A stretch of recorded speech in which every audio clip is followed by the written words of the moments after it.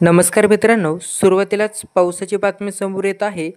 यंदाच्या मान्सूनने महाराष्ट्राला अक्षरशः झोडपून काढलं आहे. सरासरीपेक्षा अधिक पाऊस पडल्याने राज्यातील शेतीचं मोठं नुकसान झालं.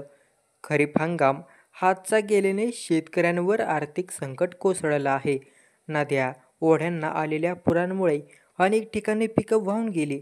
दरम्यान काही दिवसांपासूनच वातावरण स्थिर झाल्याचं वाटत असतानाच पुन्हा एकदा पावसाचा इशारा देण्यात आला. हवामान खात्याच्या अंदाजानुसार राज्यात पुढील 2 ते 3 दिवस तापमानात फारसा बदल होणार नाही.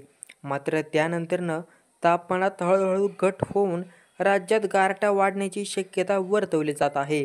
थंडीचं आगमन उशिरा होईल असं हवामान खात्यानं सांगितलं असलं तरी पावसाची शक्यता देण्यात आली आहे. हवामान खात्याच्या ताज्या अंदाजानुसार कोकण विभागातील रत्नागिरी, सिंधुदुर्ग आणि रायगड या जिल्ह्यांमध्ये पुढील काही दिवस पावसाची शक्यता आहे. मराठवाड्यातील धाराशिव आणि लातूर जिल्ह्यांनाही वादळी वाऱ्यासह पावसाचा फटका बसण्याची शक्यता व्यक्त केली गेली. पश्चिम महाराष्ट्रात पाहिलं तर कोल्हापूर आणि सांगली सोबतच सातारा व सोलापूर जिल्ह्यामध्ये देखील हलक्यापासून मध्यम स्वरूपाचे सरी पाऊस पडण्याची शक्यता वर्तवण्यात आली. या पार्श्वभूमीवर स्थानिक प्रशासनाने शेतकऱ्यांना सावधगिरी बाळगण्याचं आवाहन केलं आहे.